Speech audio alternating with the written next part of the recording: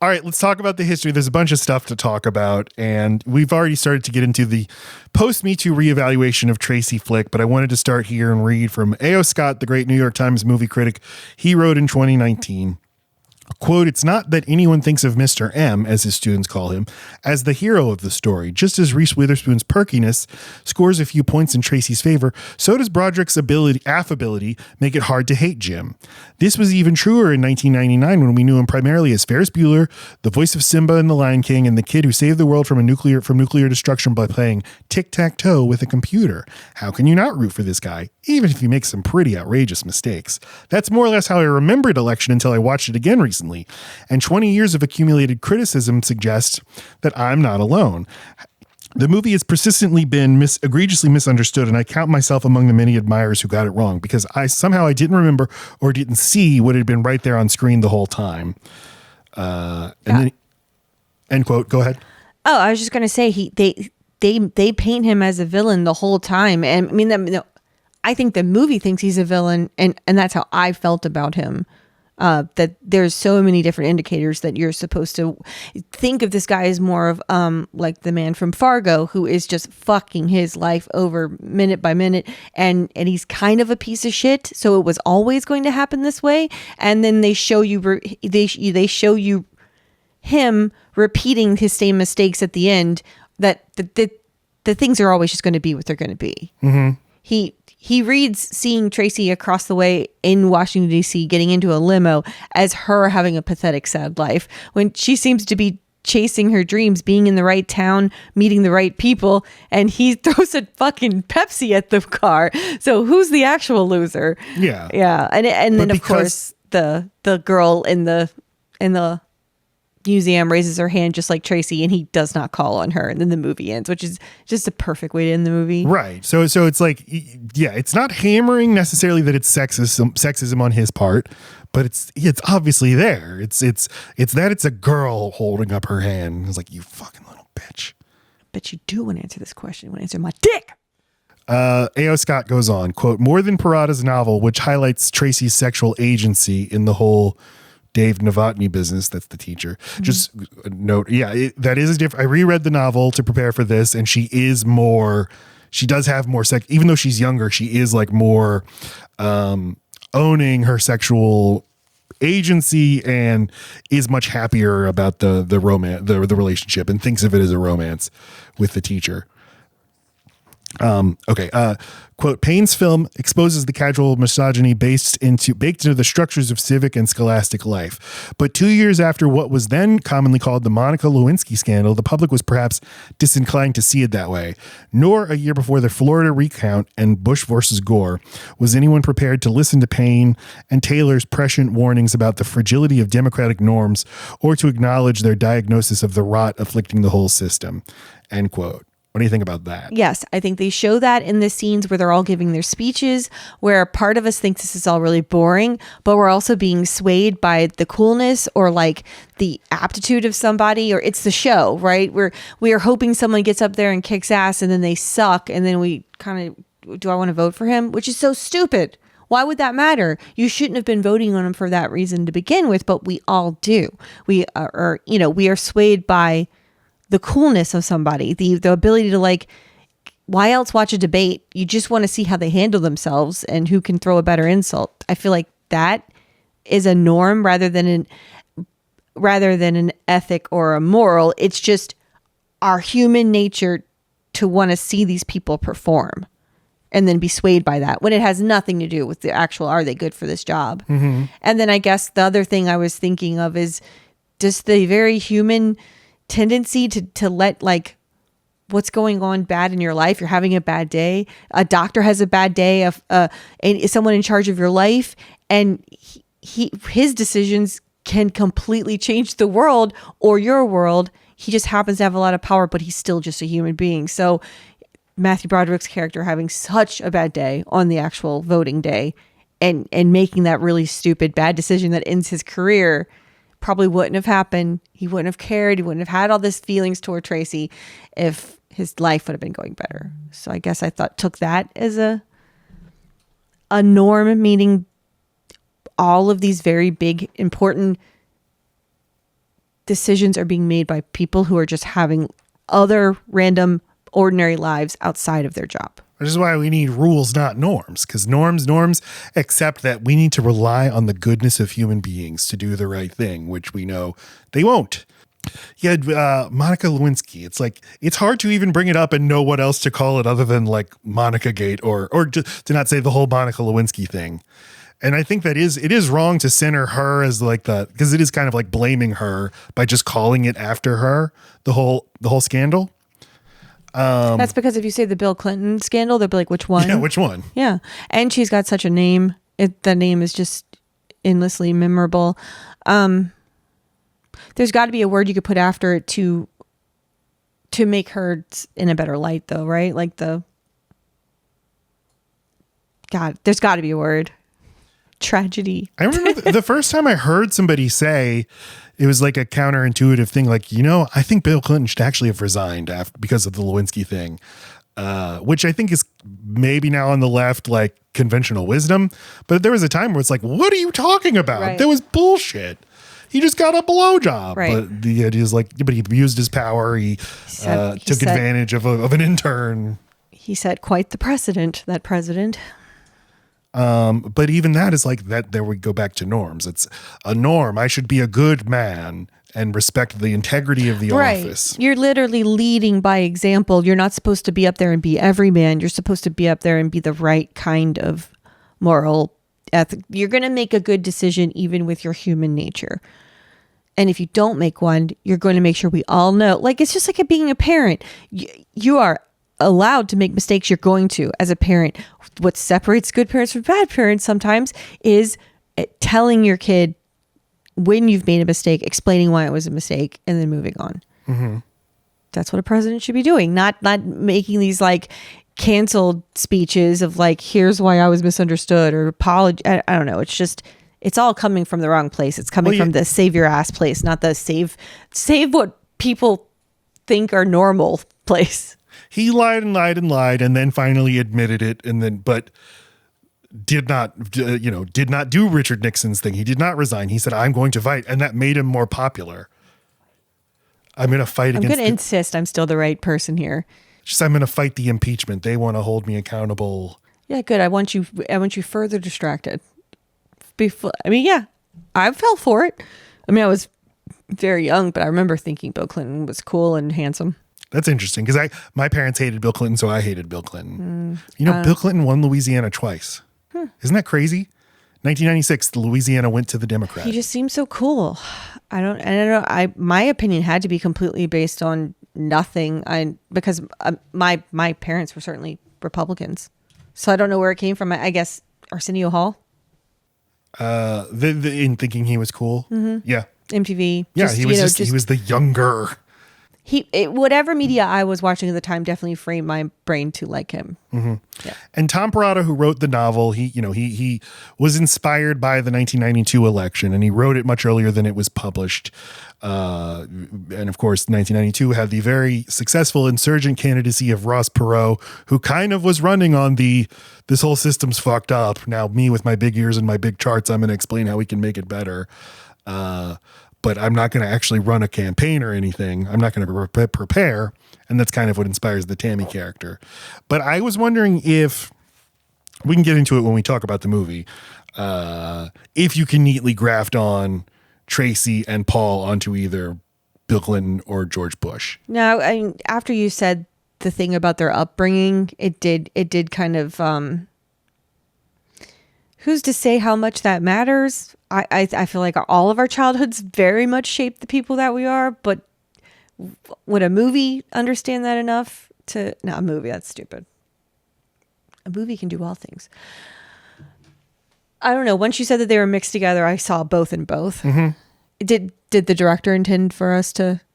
I didn't do an exhaustive search to see, but it kind of like, yeah, this is the question is, what does Alexander Payne think? What does Tom Perrotta think? Do those things matter? Because we obviously we go in and look at it ourselves, and it looks different now than it once looked. But it's hard for me to see it as anything other than she's the Democrat and he's the Republican, because the status quo, and because crucially she does not come from wealth. Oh, I thought it because she's a she. She's a striver. She's like Bill Clinton. Bill Clinton came from the sticks. He came from Arkansas, came from outside the system, but worked his ass off and did all the right things and got the scholarships and went to the right schools and met the right people. And the system will it'll select a few people and allow them to come into the system and act like you belong. Right, which they show you at the end when she's in college. Mm-hmm. And that's where I really see her as a victim, and obviously a victim of sexism and everything, and victim of sexual harassment, but a victim of the meritocracy, because she has sacrificed her life at the altar of, I'll work my ass off, sacrificing having any kind of social life and connection to other people in order to maybe win the lottery and get lifted out of the kind of shitty middle class life I lead with my mom. And Tom Perrotta wrote a sequel that came out 2 years ago, TRACY FLICK CAN'T WIN, in which he reveals she did not. She had to drop out of law school because her mom got ill, and she ultimately ended up as a vice principal. And it's like, yeah, that's what actually happens. Some people become Barack Obama or Bill Clinton, but most people who don't have a social safety net. You'll end up fine, but it's not like this promise of do all the right things and work your ass off actually leads to you. And in fact, it is the people with the means that make her college experience probably something even harder for her to have fought for, or I could see her trying to talk herself, letting it go easier when you get there and it's not what you thought. And not only are you the only one working, is you're still just the way that you were in high school. You're still different in that way, but also you're surrounded by people who bought their way into being here. And so the class difference it's not gone. It's just more magnified, which she probably did not expect, because she just probably thought we're all going to act the same because we're all got to the same good place. Yeah. Nope, not when you don't appreciate it. And when they know you're here on a scholarship, they're going to treat you like you're poor. Well, and that's what college is. That's what college exists to do, is to solidify the class distinctions that exist. But again, we'll allow a few people from outside the bubble of wealth and privilege, and it'll make us feel better about ourselves that we let somebody in, but it's only going to be a select few, and they're going to treat it very differently than we treat it. We're just partying. Right. And we're burnt out because we can afford to be.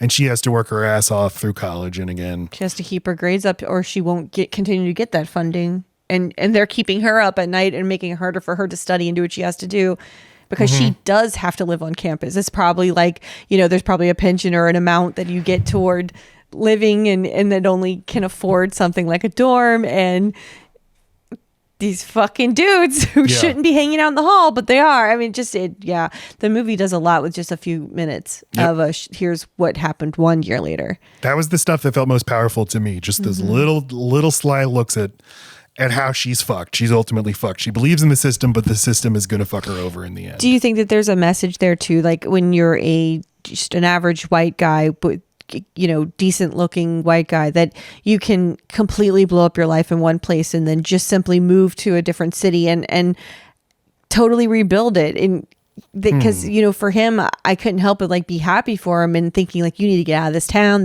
thinks you're a loser, you are one. And then when he just makes a little simple life for himself in New York, I'm thinking, wow, what a breath of fresh air. And then you go to Tracy and it's you can't get away from what people think of you.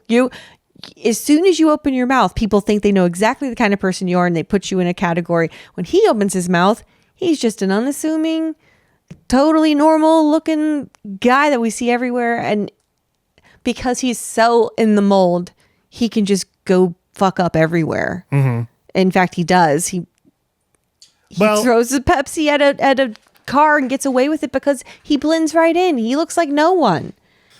I think if the movie went on 2 more minutes, the Secret Service would be tasering him and sodomizing him with a nightstick. But I get your point. I don't see it as him actually succeeding and reinventing himself, because he's I think the movie thinks of him as a loser at the end. Yeah, but I think he's totally fine with it. Yeah. And as long as you're fine with being just average, just some loser, just some guy that says the same thing over and over year after year to the same aged people, then you get to be happy. But if you're Tracy, who wants more than that, who wants to be more visible and has to be to get what she wants, just the very fact of her being visible makes her a target.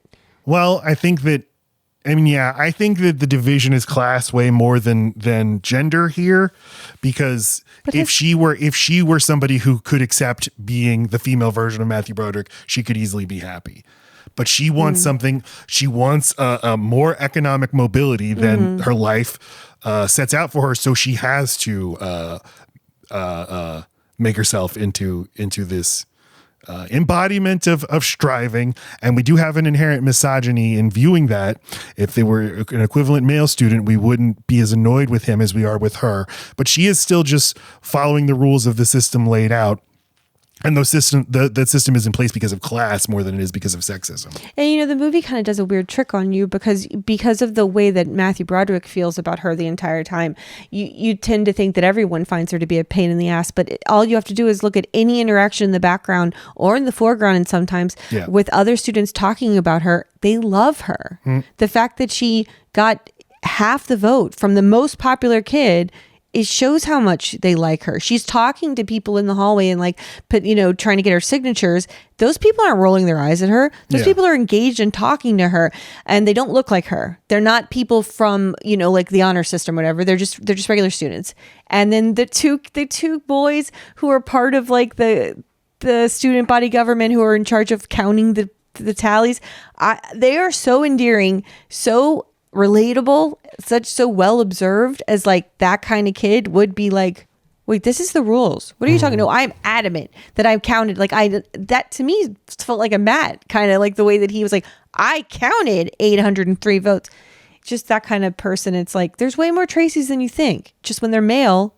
Yeah, yes, it's a good point. Yeah, not everybody is turned off by her, and her. It's another thing that's sad about her is like, she is good at getting people to like her. She's not close to anybody because she's too busy doing all the things she's supposed to do. But she's not hated by anyone either. Yeah. They never showed that she's hated. Well, she might be hated by some people, but it's not Matt, universal. I know. See, that's what I'm saying. That's the trick of the movie.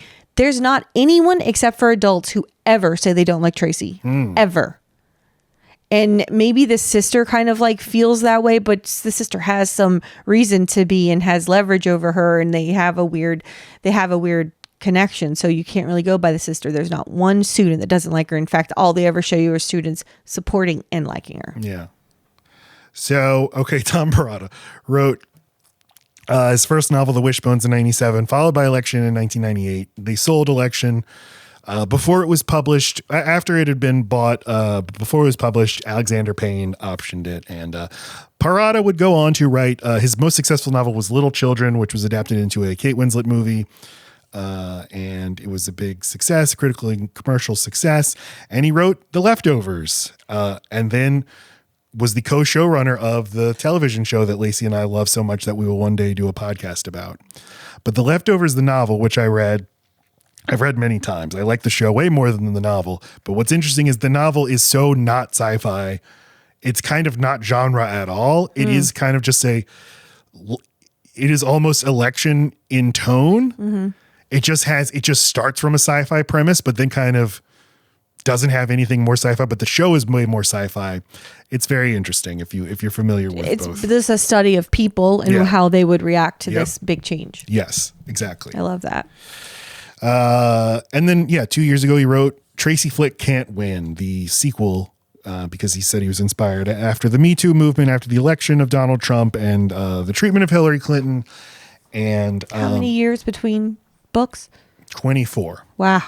Yeah. And in that book, she is a vice principal at a school, and she's gunning for the top job. But it's like, she does not. The movie, I think, sets up a more promising future for her than Perrotta ultimately intended. I mean, it is just showing her repeating her ways too, right? Using the thing that she knows is her power, which is her youth and beauty.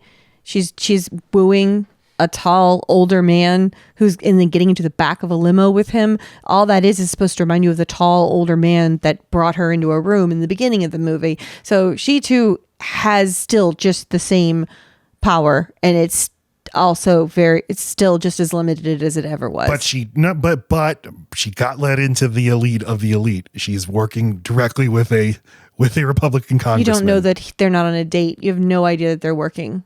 There's no reason. It's coded like she's working for him. Not at all. No?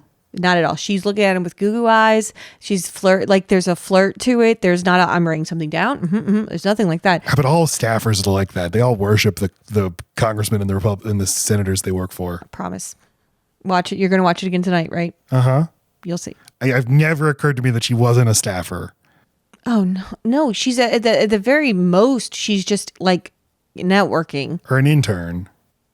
She's in no kind of working role in that moment. She's getting to know that guy, and I don't know in what context. Let us know what you think about this, people. I'll watch that part with you again. Yeah. I mean, maybe I read it wrong, but it didn't look hopeful. It just looked like she's on the exact path you'd hope for her. But it's like those can all be the same thing. She can be a staffer or an intern, and also he's just doing this to sexually harass her. But also, that's how lots of people end up in power. Right. Yeah. I mean, and this is her pattern as well. I mean, obviously with the teacher we know about, but that's what kicks off this entire like comedy of errors or tragic sequence of events for Matthew Broderick is that she awakens some kind of sexual thing in him by just saying we're going to be working closely together. I want that to be harmonious. Now she is hinting at him something, but she's probably more referring to the fact that they have a weird history due to that teacher, or she intentionally made it kind of flirtatious so that he could see that, well, maybe there's a benefit in working with Tracy. But whatever it is, he makes him want to masturbate to fucking cheerleaders and then everything, and then his horniness just kind of is woken up, and he cheats on his wife. Mm-hmm. Tracy knows what she has. I'm gonna have to watch it again, and it's probably there's no definitive answer. You read Look at the movie poster. He's in her mouth. No, I know that. I mean, interpreting the final thing. Is she an employee of the Republican congressman? Does it matter if she's an employee versus a romantic conquest? It's hard not to think of what the sequel is 24 years later and go, see, it was never going to work out. But that's not fair because who knows what they intended when they did that scene. And it's ambiguous on purpose. Yeah. And she is a little different in the novel. She's a little more villainous in the novel. She's just played by Reese Witherspoon in the movie, so you can't help but like her. You can't help it. And this is maybe her best performance. We've talked a bunch about her in the past. I didn't do a profile of her, but this is the same year as Cruel Intentions. She's basically a superstar at this point. Legally Blonde's coming up. Yeah. Yeah, she's rocket ship to the moon. To the moon. Alexander Payne. This was his second movie. His first movie was Citizen Ruth, starring Laura Dern. Have you seen Citizen Ruth? So it is. I watched it a few nights ago. It is a satirical look at abortion politics in America, and it's an interesting movie. I don't love it, but it is kind of both sidesing the abortion debate. No, both sides are kooky. No, even though the movie's more sympathetic to the pro-choice people. But it is like they take a woman who's going through a real shitty thing in her life, and both sides turn her into a symbol. And it's like neither side actually cares about her as a person. Yeah. But it has the same sense of humor as Election, where it's not treating anything that seriously, even though serious stuff is happening on screen. I watched About Schmidt, and I don't remember if I liked it. About Schmidt's great. I haven't seen it since I was in high school. Same. Yeah. So yeah, Election is the second movie, then About Schmidt, then Sideways, a giant hit. One of our favorite movies. Yes. The Descendants. Loved it when I saw it in theaters. Haven't seen it since. Yeah, we went on a date to see it, and Lacey said, "It turns out George Clooney's not a bitch, and I do like him." And then she immediately forgot about that. She does hate. She thinks he's a little bitch. Nebraska, Downsizing, and then last year, The Holdovers. Which I fucking love, The Holdovers. Yeah, Tom Perrotta said, because Alexander Payne and his writing partner Jim Taylor wrote the screenplay. Tom Perrotta said there's a 2014 oral history of Election, the movie, that I'll link to in the description. Tom Perrotta said, quote, "Alexander took a slightly different take on the character of Tracy Flick than exists in the book. My Tracy is a little bit more of a sexual manipulator, and Reese's Tracy is more of a go-getter who's a little bit over her head when it comes to sexual matters. It ultimately was a good change for the movie." End quote.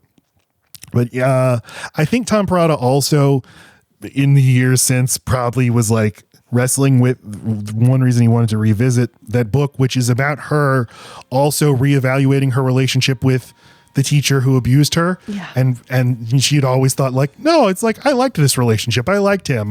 It was mutual. And she's starting to rethink it and say, no, I think I was a victim of that. Did that set the tone for the rest of my fucking life? Yeah. Yeah. And, but Perrotta also, I'm sure, like writing a novel about a 15-year-old who's like, no, I'm a sexual creature. I'm in charge and I'm manipulative. He probably then started to feel weird about having done that. I hope so. Yeah. It's a choice. It's not one every man would make. Okay. So that's the history of, Election. And now we shall talk about the movie itself.